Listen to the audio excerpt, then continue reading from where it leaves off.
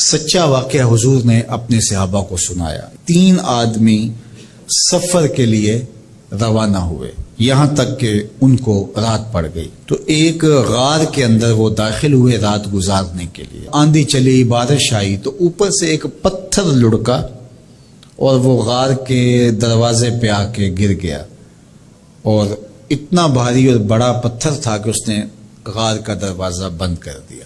انہوں نے آپس میں بات کی اور کہا، تم اس غار میں پھنس گئے ہو، اب یہاں سے نکل نہیں سکتے مگر یہ کہ تمہارے وہ عمل جو محض اللہ کی رضا کے لیے تم نے کیے ہیں، ان اعمال کا وسیلہ دے کے اللہ سے دعا مانگو۔ ان میں سے ایک آدمی نے کہا، اللہ میرے ماں باپ بوڑھے تھے، اور میں جب بھی بکریاں چرا کر کے آتا تو میں دودھ دو کر کے سب سے پہلے اپنی ماں کو اور اپنے باپ کو پیش کرتا۔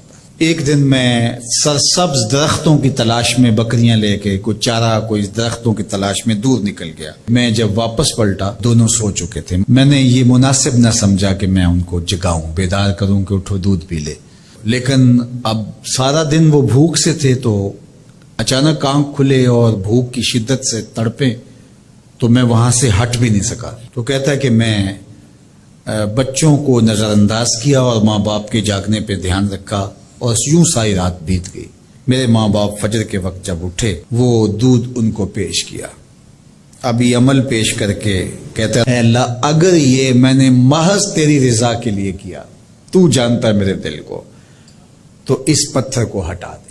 تو پتھر تھوڑا سا سرک گیا، لیکن اتنا نہیں تھا کہ وہاں سے یہ باہر نکل سکے۔ اب دوسرے کی باری آئی، اس نے کہا، اے اللہ میرے چچا کی ایک بیٹی تھی جو مجھے بہت زیادہ محبوب تھی، مرد عورت کے ساتھ جتنی محبت کرتا ہے اس طرح میرا اس کی طرف رجحان قلب تھا، تو میں نے اس کو اپنی خواہش کی تکمیل کے لیے کئی بار کہا، لیکن اس نے کہا کہ یہ نہیں ہو سکتا۔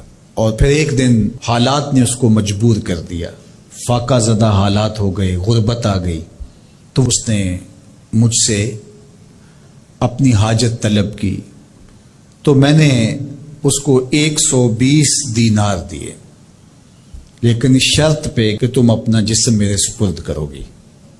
اب مجبوری سے اس نے کہا ٹھیک ہے، لیکن میں نے دیکھا کہ اس کا وجود اللہ کے خوف سے کانپ رہا تھا، اور مجھے کہنے لگی اتق اللہ، اللہ سے ڈر اور اس کی حدوں کو نہ توڑ۔ میری خواہشات تو پگلی تھیں، آرزویں تو بےتاب تھیں، اور میں اس کی قیمت بھی ادا کر چکا تھا، لیکن اس کا یہ جملہ کہ اللہ سے ڈر، تو میں نے تیرے سے ڈر کے اس کو چھوڑ دیا، اور جو اس کو میں نے 120 دینار دیے تھے وہ بھی اس کے پاس رہنے دیے۔ اللہ میرے اس مخفی عمل کو تو ہی جانتا ہے، تو اگر میں نے تیری رضا کے لیے ایسا کیا تو اس پتھر کو ہٹا دے۔ تو پتھر تھوڑا سا ہٹ گیا، سوراخ تو زیادہ ہو گیا، لیکن ابھی بھی وہاں سے گزرنا ممکن نہیں تھا۔ اب تیسرے نے کہا، اے اللہ میں مزدوروں سے کام لے رہا تھا اور ان کی مزدوری میں نے دے دی، ایک مزدور بتائے بغیر چلا گیا، تو میں نے کیا کیا کہ اس کے مزدوری کے پیسے کاروبار میں لگا دیے، کاروبار میں برکت ہوئی، اور بہت زیادہ وہ کاروبار جو اس کی مزدوری سے شروع کیا گیا تھا پھیل گیا۔ تھوڑی سی مزدوری تھی لیکن کاروبار بہت پھیل گیا۔ اب میں اس کے اندر کچھ ایک آنا ٹگا نہیں لیا۔ ایک عرصے کے بعد وہ شخص آیا، اس نے کہا مجھے میری مزدوری دے۔ تو میں نے کہا یہ بکریاں، یہ بھیڑیں، یہ اونٹ، یہ غلام، یہ نوکر چاکر، یہ سب کچھ ہے، یہ تیری مزدوری ہے۔ تو اس نے کہا میرے ساتھ مذاق نہ کر، وہ میں تو مزدوری کے وہ چند جو لینے آیا ہوں اور آپ کہتے ہیں یہ سب کچھ تیرا ہے۔ تو اس نے ساری صورتحال بتائی، تو اس نے وہ ساری بکریاں، وہ سارے اونٹ، ساری گائے اور سارے غلام ہانکے اور چل دیا۔ کہا اے اللہ اگر یہ عمل میں نے تجھے راضی کرنے کے لیے کیا تھا تو پتھر کو ہٹا دے۔ تو حضور نے فرمایا وہ پتھر ہٹ گیا اور یہ چلتے ہوئے باہر آ گئے۔ جب اللہ کی رضا کے لیے کام کیے تو مشکلوں سے نکلنے کے راستے ملتے۔ ایک روایت میں آتا ہے جو آسانی کے وقت اللہ کو فراموش نہیں کرتا، اوکھے ویلے اللہ اس کو فراموش نہیں کرتا۔